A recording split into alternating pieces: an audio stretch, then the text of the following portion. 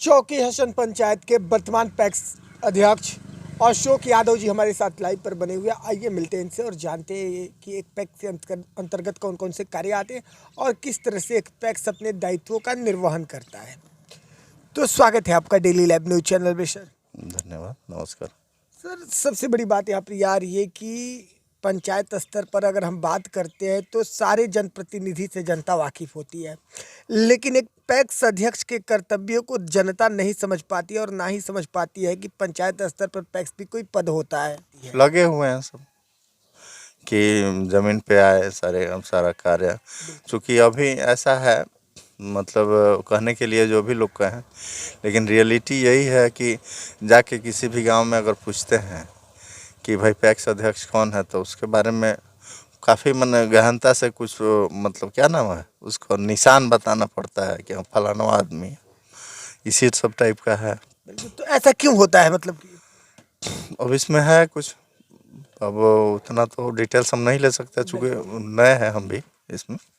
तो एक पैक्स के अंतर्गत कौन कौन से कार्य आते हैं जो पैक्स अपने दायित्वों को जो है निर्वहन करते हुए पंचायत के जनता तक और किसानों तक पहुंचाता है? देखिए, आने के लिए तो बहुत सारी चीज़ें आती है, जैसे सहकारिता विभाग में जैसे डेयरी फार्म का है, पेट्रोल पंप खोलने की भी बात की जा रही है, जेनरिक मेडिसिन के बारे में भी बताया जा रहा है कि सारे पंचायत में जेनरिक मेडिसिन का दुकान दिया जाएगा, लेकिन अभी धरातल पर दिख नहीं रहा है सर। बिल्कुल। जो भविष्य में आने वाली बातें हैं उन बातों को कहीं ना कहीं सही होते देखा जा रहा है, लेकिन वर्तमान में जो पैक्स के अंतर्गत कार्य आते हैं, पैक्स जो अपने दायित्वों का निर्वहन करते हैं, उसमें कौन कौन से कार्य हैं? तो अभी तो फिलहाल जहाँ तक अपने यहाँ बात किया जाए कि तो पीडीएस है, तो पीडीएस हमको लगता है कि 293 पैक्स है ज़िले में अपने, तो उसमें हमको लगता है कि 93 ही पीडीएस शायद 200 के पास नहीं है। तो वो लोग अभी अधिप्राप्ति पे ही निर्भर रहते हैं।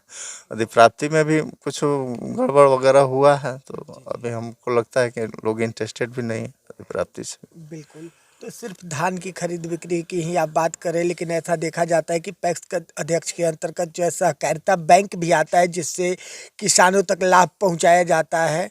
तो सहकारिता बैंक में कौन कौन से कार्य जो है वो आते हैं? तो बैंकिंग का कार्य आता है, लेकिन है नहीं। बहुत पहले चला हुआ था, पहले के जो लोग थे वो चला रहे थे, अभी तो नहीं है। बिल्कुल। देखा जाता है ऐसा कि पंचायत स्तर पर पैक्स अध्यक्ष के अंतर्गत ट्रैक्टर, ट्राली, थ्रेसर, हार्वेस्टर यानी कि कृषि उपकरण या फिर कृषि यंत्र दिए जाते हैं। तो वो पैक्स अध्यक्ष को ही क्यों दिया जाता है? तो पैक्स अध्यक्ष को नहीं दिया जाता है, वो समिति को दिया जाता है। बिल्कुल, लेकिन आप ही लोगों के न नेतृत्व में वो रहता है, आप ही लोगों के न सौजन्य से किसानों तक पहुंचता है। तो वो मतलब कि क्यों पैक्स को दिया जाता है और अध्यक्ष के नेतृत्व में ही दिया सर, जाता है? उसी के लिए दिया जाता है कि उसको बढ़ावा दिया जाए, किसानों को जागरूक किया जाए। जी। जी। आखिर किस तरह से ट्रैक्टर से किसान, अच्छा, लेकिन सर सबसे बड़ी बात यहाँ पर ये आ रही है कि ऐसा देखने को मिलता है और ऐसा प्रत्यक्ष रूप से धरातल पे दिख भी रहा है कि हर पैक्स अध्यक्ष के अंतर्गत जो है CSC यानी कि कॉमन सर्विस सेंटर आज के दौर में दिया जा रहा है। तो कॉमन सर्विस सेंटर देने के पीछे सरकार की क्या मंशा है? वही, मतलब बैंकिंग के वो आगे बढ़ाने का ही है। बिल्कुल। ऑनलाइन प्रक्रिया उससे होगी। हाँ, उससे ऑनलाइन प्रक्रिया होगी। जैसे ऑनलाइन इसके सदस्य जो भी बनना है, या फिर ऑनलाइन बहुत सारी चीज़ें हैं जो CSC के माध्यम से दी जाएगी। दी जाएगी। बिल्कुल, डेली लाइव न्यूज़ के माध्यम से आपको आपके चौकी हसन पंचायत की जनता भी देख रही है। आप एक पैक्स की जिम्मेदारी को लेकर जनता से क्या कहना चाहेंगे? कर रहे हैं, क्या कहेंगे, अब विशेष कोई कार्य आए तो